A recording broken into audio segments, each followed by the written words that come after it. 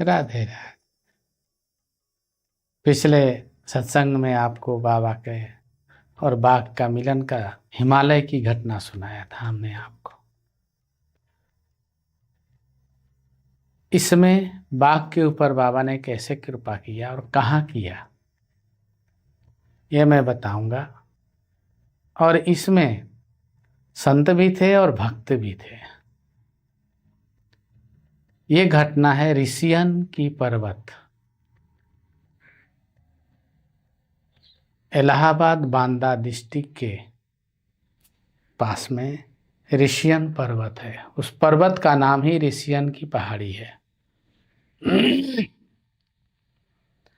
उस पहाड़ी के ऊपर बाबा का मंदिर बना हुआ है, देवराहा बाबा का मंदिर।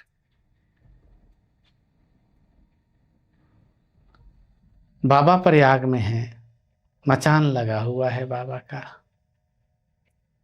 वहां से ग्रामवासी और बहुत से लोग, प्रधान वगैरह, बाबा के पास आते हैं, बाबा से प्रार्थना करते हैं।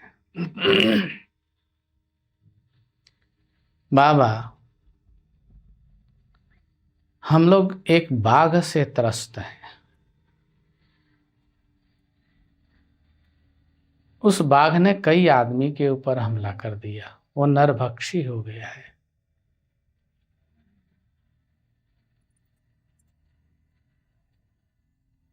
क्या करें?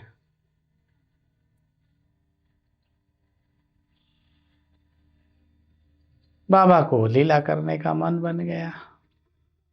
बच्चा, कहाँ से आए हैं तुम लोग? ऋषियन घाटी से आए हैं सरकार। अरे बच्चा, ऋषियन पर्वत के नीचे से आए हो? जी सरकार। बच्चा, वहां अभी पानी का धारा चल रहा है? जी सरकार, चल रहा है।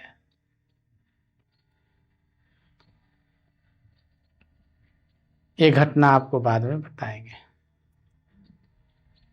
या भी बता देते हैं। ऋषियन पर्वत के ऊपर, वहां आसपास के इलाके में पानी की बहुत दिक्कत थी। बाबा उस इलाके में पहुंचे और लोगों ने प्रार्थना किया। बाबा ने बोला, बच्चा, पानी तो इस पहाड़ में है। बाबा पर्वत के ऊपर गए और एक पत्थर पे अपना चरण रख करके उसको लुढ़का दिया। बोले, सामने से सब हट जाओ। उस पत्थर को लुढ़का दिए ऊपर से, और वहां से पानी की धारा निकली। आज भी उस जगह पे मंदिर बना है, उसमें देवराहा बाबा की मूर्ति लगी हुई है। वहां के पंडित जी जो पुजारी हैं अभी अभी आते हैं हम लोग के पास। वो ऋषियन की पर्वत, ऋषि मुनियों का पर्वत है। ऋषियन पहले पुराना नाम हो, लेकिन जब से हमने सुना है ऋषियन पर्वत उसको बोलते हैं। पंडित जी सारी कथा बताते हैं। उसी क्षेत्र की घटना है ये। एक बाघ हिंसक हो गया है। उस समय इलाहाबाद, प्रयागराज हाई कोर्ट के जज थे और वकील लोग बड़े भक्त थे सब। नारायण सिंह परिहार इलाहाबाद यूनिवर्सिटी में प्रोफेसर थे।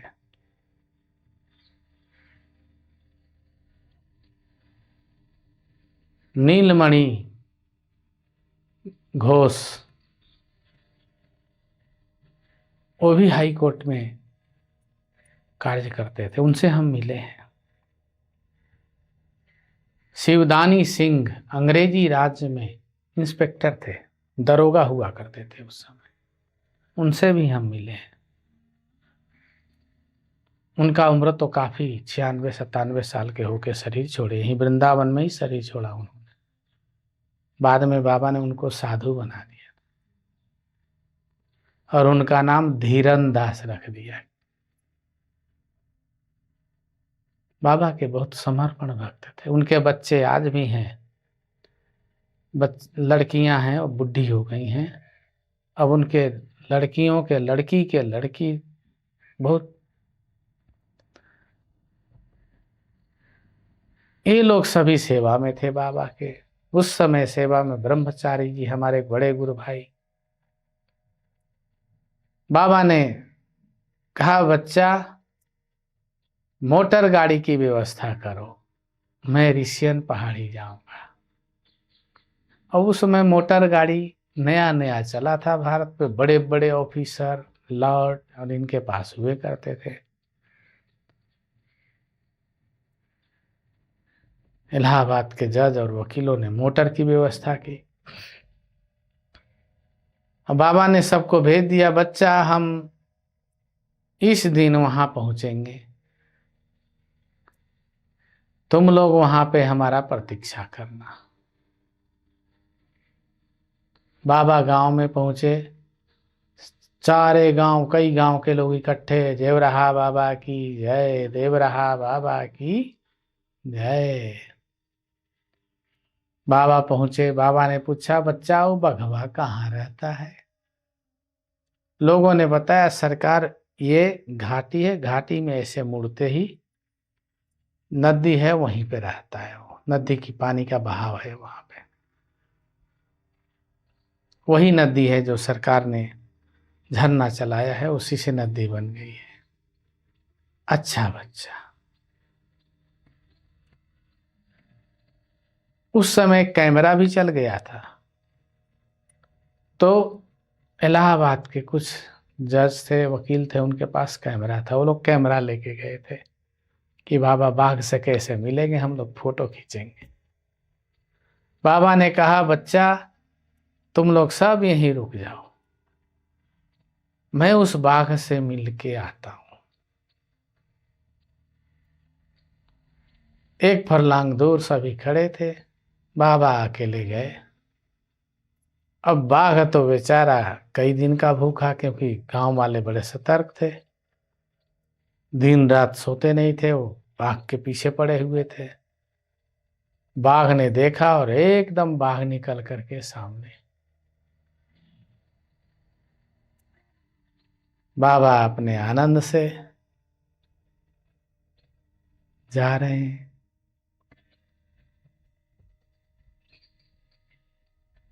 बाबा ने देखा बाघ को, बाघ ने देखा बाबा को, और दोनों की नजर मिल जाती है और दोनों एक दूसरे को देखते रह जाते हैं। बाघ चुपचाप खड़ा है और बाबा चल रहे हैं। बाबा चलते चलते बाघ के करीब पहुंच गए। बाघ ने देखा। अब बाघ ने क्या देखा होगा, वो चुपचाप वहीं बैठ जाता है।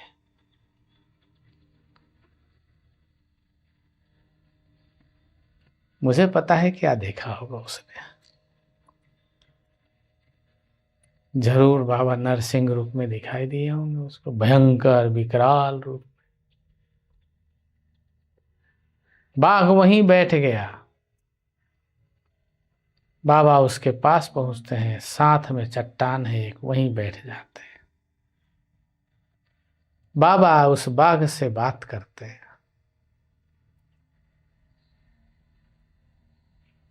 सामने लोग देख रहे हैं, कैमरा में फोटो भी खींच रहे हैं, लेकिन इतने दूर के कैमरा नहीं थी। फिर भी उन्होंने कैसे करके फोटो लिया, और वो फोटो पड़ा हुआ था, ब्लैक एंड वाइट, बहुत समय तक पड़ा था वो। तो बाद में हमने खुजवाया तो ऑलमोस्ट खराब ही हो चुका था वो।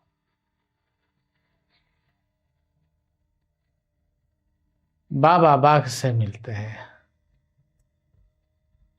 बाबा बैठे हुए काकासन में, बाघ महिषासन में बैठा हुआ है। बाबा उससे बात कर रहे हैं, बाघ अपना पूंछ पटक रहा है, बाबा के साथ उनके उपदेश को सुन रहा है। बाद में बाबा ने बताया कि बच्चा, मैंने उसको श्रीमद् भागवत गीता का उपदेश दिया। फिर बाबा उस पत्थर से उतरते हैं और बाघ के मुंह में अपना चरण रखते हैं। जो भक्त लोग गए थे 6-7 गाड़ी लेकर के वहां, और गांव वालों ने सब ने इसका दर्शन किया। बाबा बाघ के मुंह में अपना चरण रखते हैं, बाघ अपना मुंह खोलता है और जीभ पे चरण ले लेता है। बाबा ने उस बाघ को आदेश दिया कि बच्चा, आज के बाद तू हिंसा नहीं करेगा, तुम्हें मैंने वैष्णव बना दिया। और उस बाघ ने हिंसा नहीं किया। उसके बाद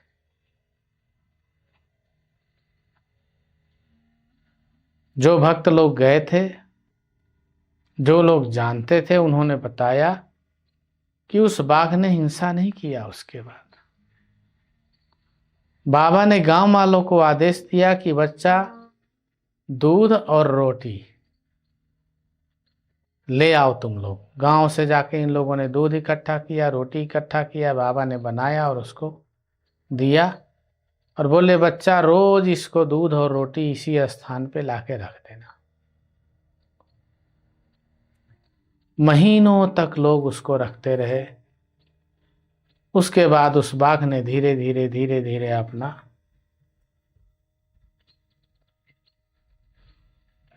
हिंसा का स्वभाव छोड़ा और उसी के साथ अहिंसा को स्वीकार करके अपना शरीर गांव वालों के सामने ही छोड़। फिर तो गांव वाले उसके ऊपर बड़ी दया करने लगे।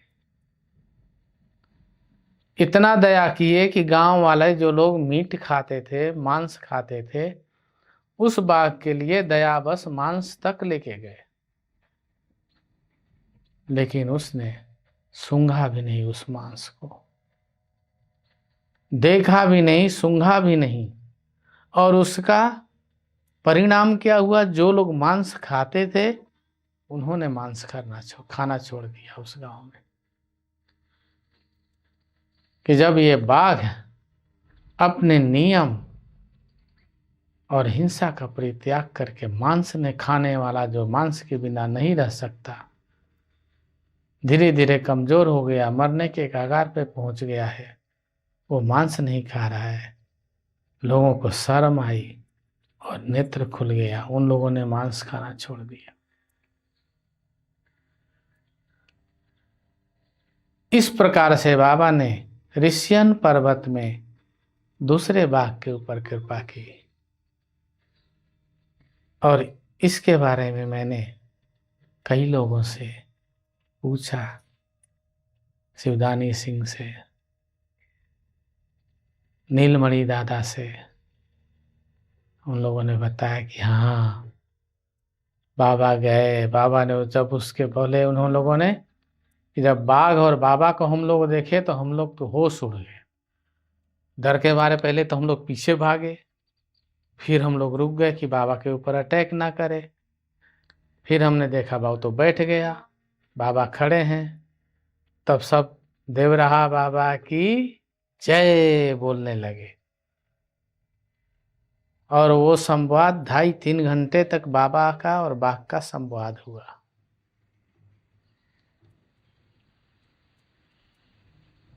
तो संत की दृष्टि, कृपा जिस पे हो जाए तो हिंसक भी अहिंसक बन जाता है। इसीलिए कहते हैं पारसमणि लोहे को सोना बनाता है, लेकिन पारसमणि लोहे को पारसमणि नहीं बनाता। संत जिसको स्पर्श कर लेते हैं वो उसको संत बना देते, दुनिया में ठोकर खाने के लिए नहीं छोड़ते। ऐसे ही गुरुदेव ने उसको संत बना दिया। वहां पे उसके शरीर छोड़ने के बाद एक बागी मंदिर, उन लोगों ने बाघ का मंदिर बनाया, पता नहीं है नहीं है, मुझे सुना हमने कि बागी मंदिर करके वहां पे उन लोगों ने उसको छोटा सा मंदिर बनाया था, बागी मंदिर। इस प्रकार से बाबा ने बाघ के ऊपर कृपा किया। बाबा की अनेक लीलाएं हैं। अब मैं अगली बार सुनाऊंगा जो मैंने अपने आंख से देखा है। बाबा बंदरों के ऊपर, भालू के ऊपर, हाथी के ऊपर और बाघ के ऊपर कैसे कृपा कर रहे हैं, मैंने अपने आंख से देखा है। कछुओं के ऊपर, मगरमच्छ के ऊपर, गिद्ध के ऊपर कैसे कृपा करते हैं। मनुष्य तो है ही ये कृपा का पात्र, जीव जंतुओं पे भी कृपा की है। इस प्रकार से बाबा की लीला अनंत है। ओम नमो नमः गुरुजी नमो नमः। ओम नमो नमः गुरुजी नमो नमः। ओम देवराय दिगंबराय मंचासीनाय नमो नमः। ओम देवराय दिगंबराय मंचासीनाय नमो नमः। ओम नमो नमः बाबाय नमो नमः। ओम नमो नमः बाबा नमो नमः। ओम नमो नमः बाबा नमो नमः। ओम देवराय दिगंबराय मंचासीनाय नमो नमः।